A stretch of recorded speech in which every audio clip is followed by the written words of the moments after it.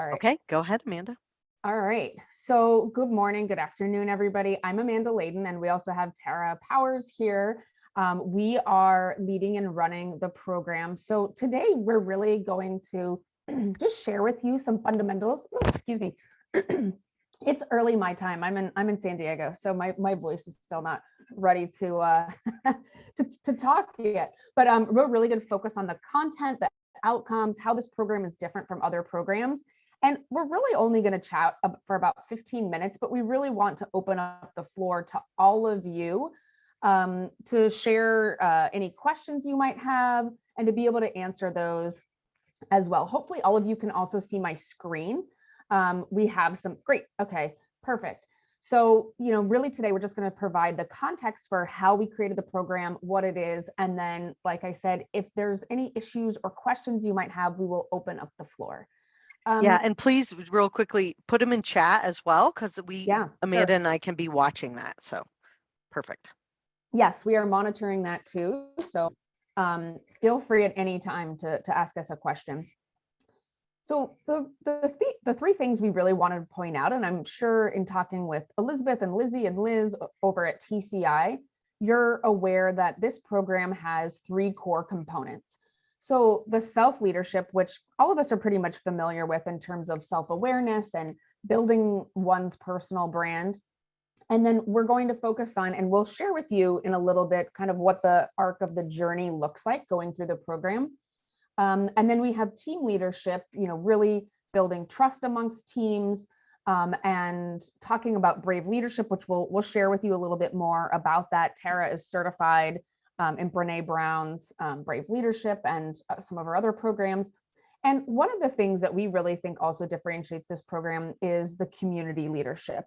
So really having influence in your community. And throughout the entire program, one thing we do want to point out is that really the importance of diversity, equity, inclusion, and belonging is really key, especially now in today's environment, and that will be woven throughout the program itself.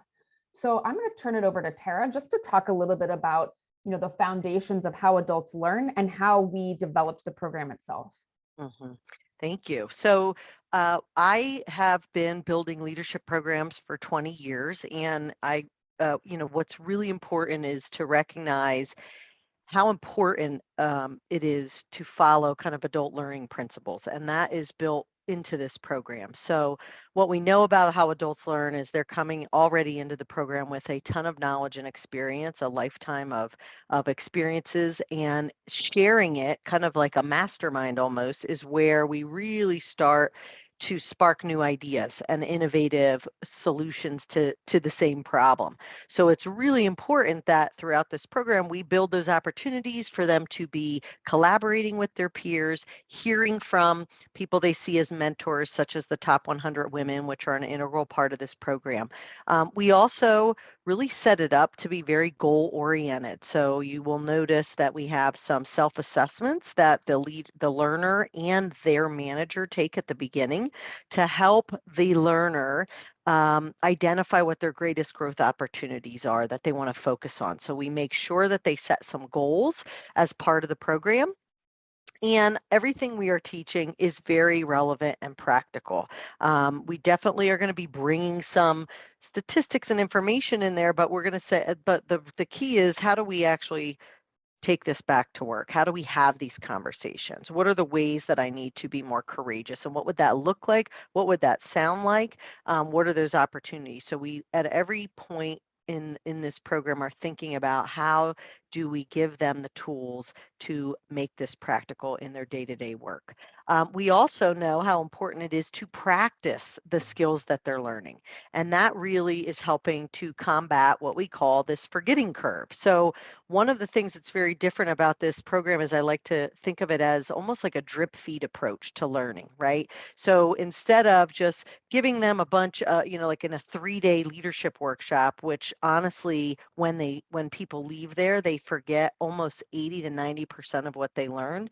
We are constantly giving all of these leaders the opportunity to return and learn using a learning management system meeting with cohorts, which they're going to be put in at the beginning of the program, coming to fireside chats to ask questions of the top 100 leaders, doing some self-directed learning on the learning management system, coming to live workshops, being able to talk to us as facilitators during the off weeks, ask questions. So there's constant opportunities for them to tap into what they're learning, to think about it, to talk about it, to share it with others. And that is what combats this forgetting curve that is so relevant in all learning programs. It really is, how are we making sure they are getting, this learning in a variety of ways, and it's touching them consistently. So that's another big piece that we've built into the program to make it more sticky. And I'm going to turn it back over to Amanda to talk about what they will, some of the learning outcomes you can expect that they'll walk away with. So, for this program, we titled the program The Courageous Leader. And that's important really in today's environment. Throughout this program, the learner, the participant, will build behaviors to be more courageous in their work life and to gain the skills they need in order to navigate this ever constantly changing world we're all experiencing. And we'll show you in a second what the learning journey looks like. But really, we expect that when people go through this, they will build behaviors. And as Tara said, they'll be able to engage with others and engage with their manager to identify where their growth opportunities are, where they can build better skills as a leader. They'll consider how what they're learning and their behaviors are impacted by DE&I and belonging. And then they're also going to learn strategies real world strategies that they can take back in and understand how they can be more courageous and braver in their working lives. And, as Tara mentioned, there's some touch points along the way too, which I'll show you in a second what the journey looks like. Where they'll really be able to participate in chats with subject matter experts such as the top 100 women and other key leaders from TCI. So we just wanted to show you an example of, what this journey looks like for people as they're going through the program. So at each point, we've been very intentional for that stickiness of the program about how they are going to learn. So there are live trainings, and you'll kind of see the stops along the way. The first stop is that we will leverage an assessment, which Tara's going to talk about in a minute. I know there's been some questions around which assessment we're using and why we chose that. So we will address that. So at the very beginning, there'll be an assessment, both a self-assessment and a scientifically backed assessment.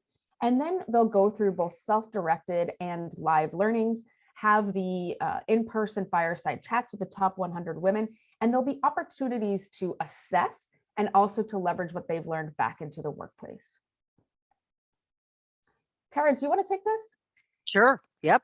So what we think makes this program unique, obviously, I would say, is how we're building it, right? Back to all the touch points, this drip feed approach, all the different opportunities for them to engage with facilitators, each other, the top 100 women. It really does make this program unique. We also are using a learning management system, which truly is, what needs to happen as we work in this virtual environment. There's going to be videos, self-directed book reads that they're going to be doing. We actually chose the Dare to Lead book by Brene Brown as part of this program, which really is in alignment with the idea of courageous leadership, and we will be using a lot of her tools. As Amanda mentioned, I'm certified by her to do that. We have a couple assessments. We do the live training. We're going to be offering a case study as almost their kind of graduation event, right? Is that they're going to be working on a live case study with some of their other leaders, some of the other learners, and working through that. That's going to be very practical and applicable to how they need to show up more courageously. They will be in a learning cohort of 3 people. So at the beginning of the program, we're going to set them up with a group of 3, and those are going to be women leaders that can support them along that learning journey. And they will have several opportunities where they'll meet outside of the live training or the self-directed learning. And then, of course, as we mentioned, the top 100 women in the fireside chats. So to answer the questions about the assessments, if you go to the next slide, Amanda, I want to pause yep, for a second. sure, go ahead. As people are thinking through the program and how we've laid it out, are there any questions right now that we can address about the program in particular before we dive into the assessments that were chosen? You can feel free to unmute or put the question in the chat if you have anything. Okay. All right. You want to talk about the assessment then? Absolutely. Okay. So we know that there was a question about why we chose the DISC management assessment versus EQ. And I believe the EQ assessment is actually used in a different leadership program at TCI. And I just wanted to clarify what these two different assessments are actually measuring and what they provide to the learner. So EQ, as we probably all know, is measuring our ability to really recognize our own feelings and emotions in the moment and how we might adapt our response. So the EQ, any EQ tool is looking at building our self-awareness, right? How aware are we of our emotions in the moment? And then do we have the tools to manage those emotions? As well as, are we aware of what we see going on with others and the emotions they're experiencing?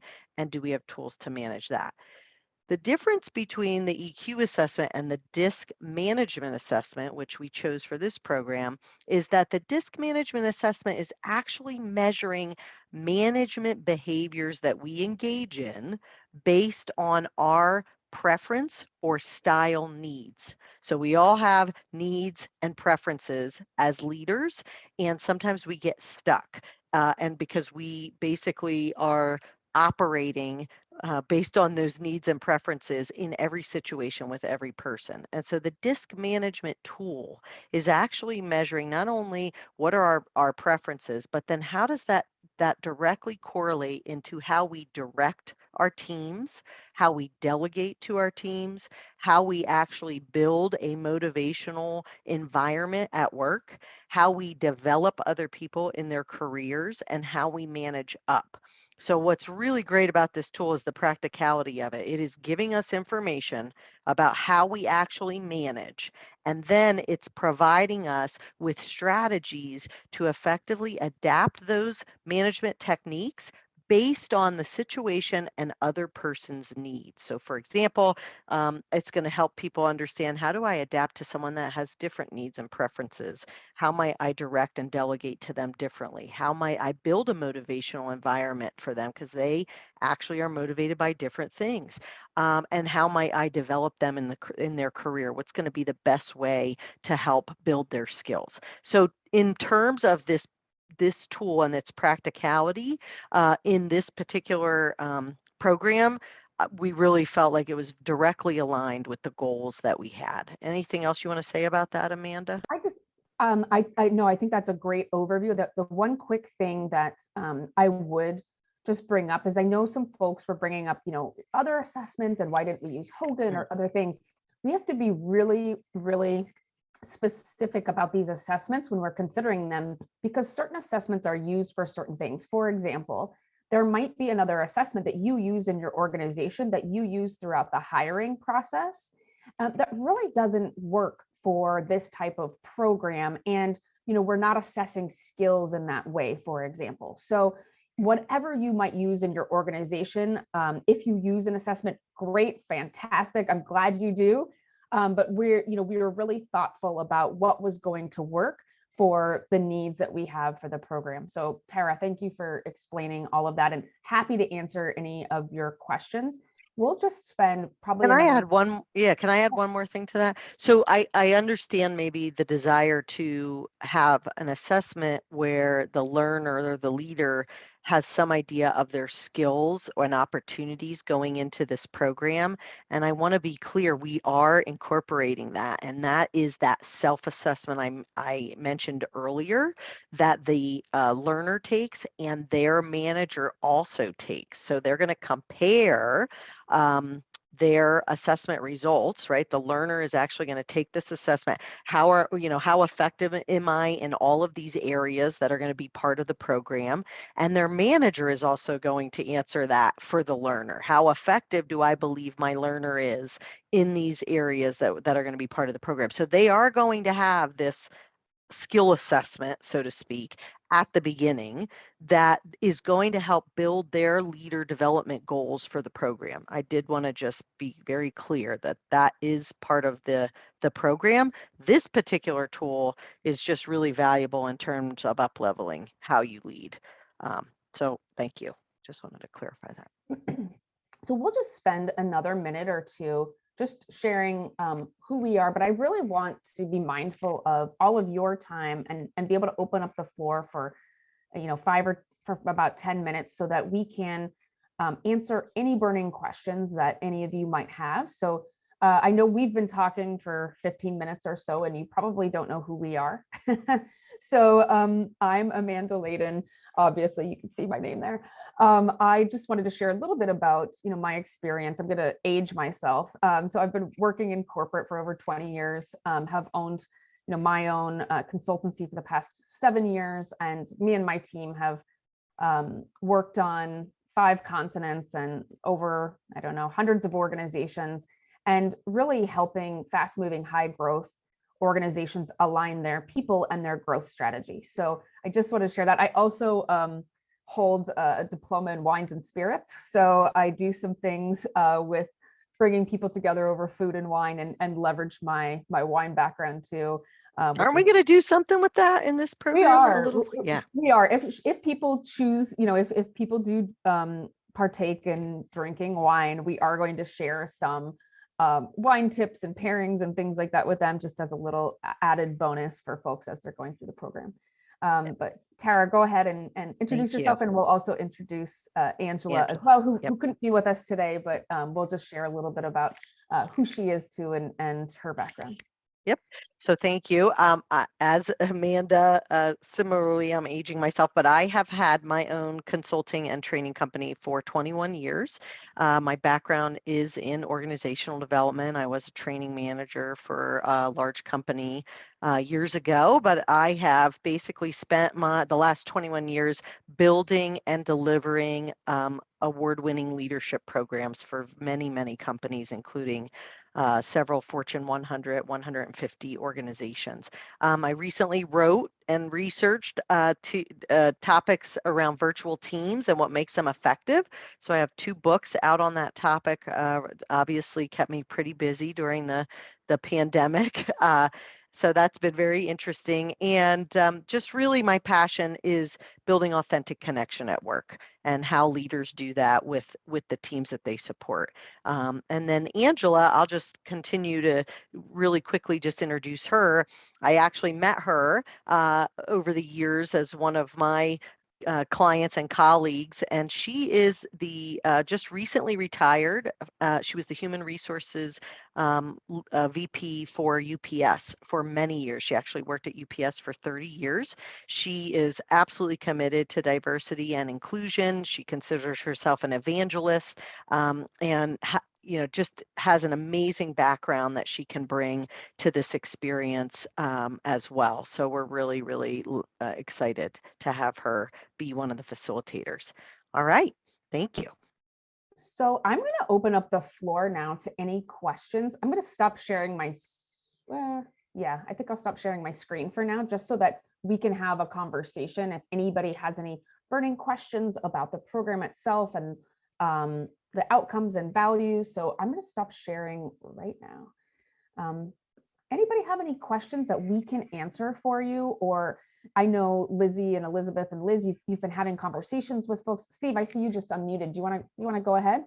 Yeah, actually, I was curious. I mean, I went through the program description. I love the key elements of the program. I love the learning objectives and the multi-method, multi-source approach to learning grounded in experience. The one question I had, though, and I was curious about your experiences. As I looked at this, there were 17 sessions that look like cover over 24 weeks. And so I'm curious about, have you run this kind of model before in a remote kind of environment? And I'm curious about your learnings in doing that, particularly as we start to think about the learner experience, as we think about learner retention on each of these 17 programs over 24 weeks. It's a long program.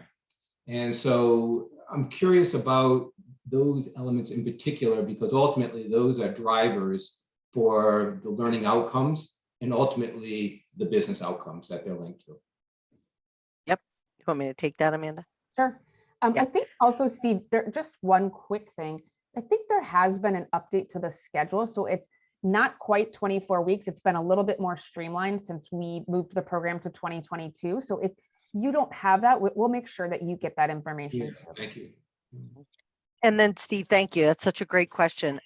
And I have run programs like this, many of them in a virtual environment, and back to all of the components that we've included, which are the learning cohorts that kind of meet on their own. Just so you're clear, that is part of the 24 weeks, right? So let's maybe look at just like pillar 1, for example, which is around, I think, self-leadership. So the way that we are approaching self-leadership is by providing them all of these different experiences to develop their own self-leadership. So they may do some stuff on their own, self-directed, but then while they're on the learning management system, they're going to be reflecting on that learning. They're going to be talking to their facilitators. We're going to post some questions, and so there'll be some social actually interaction, which keeps them engaged around whatever topic they're going through around self-directed learning. Then the next week, they might get together with their cohort group and talk about what they learned on the learning management system. They'll pull out their leader reflection journals that they filled out and they'll share that with someone else. That again is an important part of engagement, reducing the forgetting curve, making sure they're like figuring out, how do I actually apply this, right? It's the sharing of it that really makes it important. Then we have within that pillar 1, they'll come to a fireside chat and they will ask people who are seen as mentors their burning questions on this topic, where they're stuck on this topic, so that they can hear from people that they respect, who have maybe already been there, done that, their experiences, and get another chance to share, ask questions, get feedback, etc. We also then will do live learning where I make this, and Amanda does as well. We make it extremely engaging.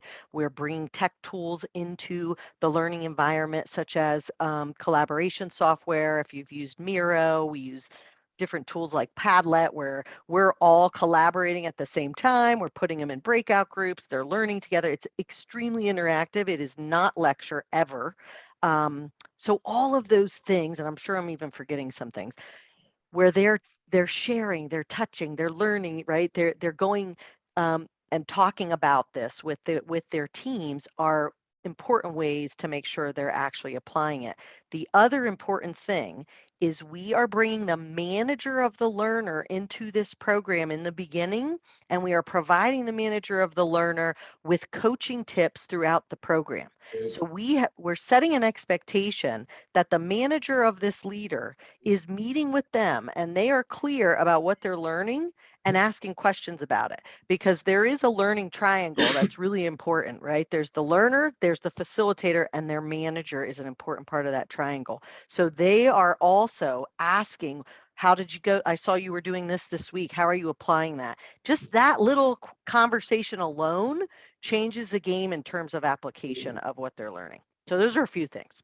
Yeah, love the manager involvement. Yeah, absolutely love. A huge fan of that. It's I don't want to say it's a game changer. It's a fundamental principle that has incredible impact. So it's great that you're doing that. Steve, the other thing you asked is just in terms of our learnings, or throughout the years where either before I went out on my own, and also with Tara's wealth of experience and Angela's too, we are paying attention to how adults are learning right now in this very, very rapidly changing environment. And so we, as Tara was laying out, the different touch points there, we specifically were conscious of where people are in terms of, this hybrid model of working, if you already weren't in an organization that was working remotely, and how they're going to retain and interact with one another in this environment, leveraging the tools that we have. So we are paying attention to the bandwidth folks have right now in terms of learning as well. So that was something we were very intentional about as we were laying out the program. And I think if we could, Amanda and I talked about like, what is the expectation of time commitment for these leaders? And I think we felt like it was probably about 2 hours, maybe 2 hours a week, right? Which would include any of their self-directed 2 to 2.5 hours a week, right? They're going to be attending. Some weeks are lighter. And we also paid attention, I know in the Boston area, there's school holidays and things. We were paying attention to that. And even when we kick off this program in the next month, when people get their assessments and the book and everything, we know it's coming up to holidays. And so we're giving them ample time to do their pre-work before they come into the program in January. Yeah. Great. Thank you. You're That's welcome. a great question. Thank you.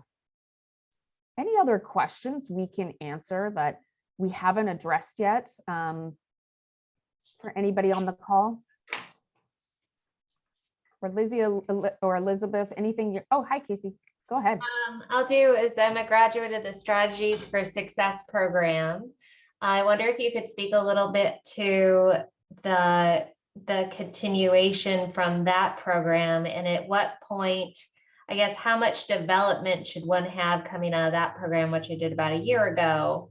At what point in one's career is this program best for, if there's a way to generalize that? Sure.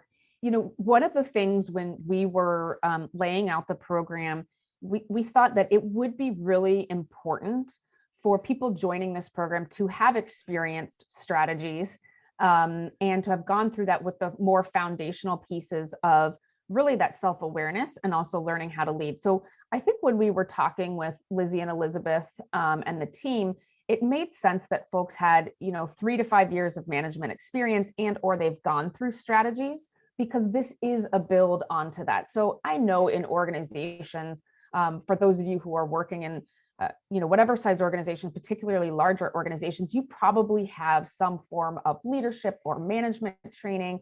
And this is really an add-on and a supplement to some of definitely strategies for sure. This is going to help you further build that real one-to-one relationship as a manager, as well as your leadership skills. So if you've gone through strategies, then you're ripe for coming into this program for sure. And if you have leaders or team members or colleagues that probably are around that 3 to 5 year mark of management or a little bit above, then they're also ripe to come into the program too.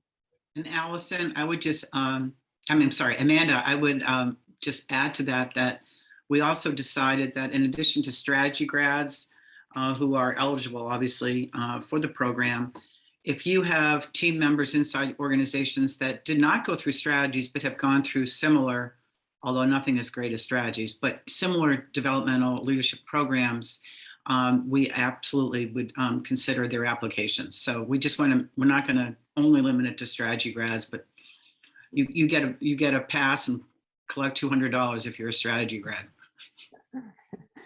Don't be making promises we're not going to deliver. Thank you for that question. Any other questions that we can answer today? And if you can put it in the chat if you don't feel like unmuting, or Elizabeth or Lizzie, if there's anything else you're hearing that we didn't address during this call, happy to address that too. Yeah. I haven't, the only one big question, as we talked about last week, was the assessment tool and the rationale behind your choice of that. And I think the two of you have explained it extremely well. This session's recorded, so we can pass this on. For those of you on the phone, if there are other people inside your organizations that you want to push this recording out to, I know Lizzie will be, or Liz will be happy to help you do that. And same thing in Florida. I know we have a few folks from our Florida chapter online today. And we just really appreciate Amanda and Allison doing this today and just helping put a bow around the program, because we're also excited about this. And I'm so glad that we got business partners like Steve and Roxanne at DentaQuest and other American Tower and a lot of other companies that have been historically sending lots of people to strategies. We got them to weigh in on this curriculum because we didn't want to just create something in a vacuum. So, and all the feedback we got was very positive, that we've been waiting for this, and it's just advancing the ball and making sure that we, and particularly now in this work environment, Pam Reeve and I were talking about this the other day, that companies are really dealing with retention in a very big way as a challenge. So we want to make sure at a company level that all women are being offered leadership development programs and retention strategies to keep your high talent women on board. Yeah. So I think if anything, even now it's even more important to continue making these offerings. I mean, I just want to echo that. It is so critical right now with the great resignation that's happening in America to make sure that if you have folks in your organization, if you have women in your organization that you want to retain, if it's not this program, we'd love for you to bring your women into this program. If it's not this program, please invest in them, because it is critical right now. Yeah. Absolutely. Is there anything else that we can answer today? Nicole, we saw your question. Yes, for this particular program, this will be the first cohort. However, this is not the first program that me and Tara have run. So, we have done other women's leadership programs throughout the years, both when we were in corporate and now with our own consulting firms too. And Amanda has also been a member of the Commonwealth Institute for several years now. She also serves on our corporate advisory board. Even though you are now in San Diego, you are still very much in our hearts, and you are a very big part of our TCI extended community. So thank you. Yes, I'm sorry. I left all of you for San Diego, and I'm not complaining about that. You can blame my husband. Anything else we can answer today? Well, we appreciate all of you showing up. We know how busy everybody's lives are in this this crazy environment we're all living in. I'm about to hop on a plane to head back to the East Coast for work. So thank you all. And Elizabeth and Lizzie, if anything does come up, and sorry, Liz, I don't mean to leave you out. If anything does come up, happy to answer it, or even to hop on a call with any of you too. We're here to be a resource. And we just hope that we see some of your female leaders in this program. We're really excited to work with them in 2022.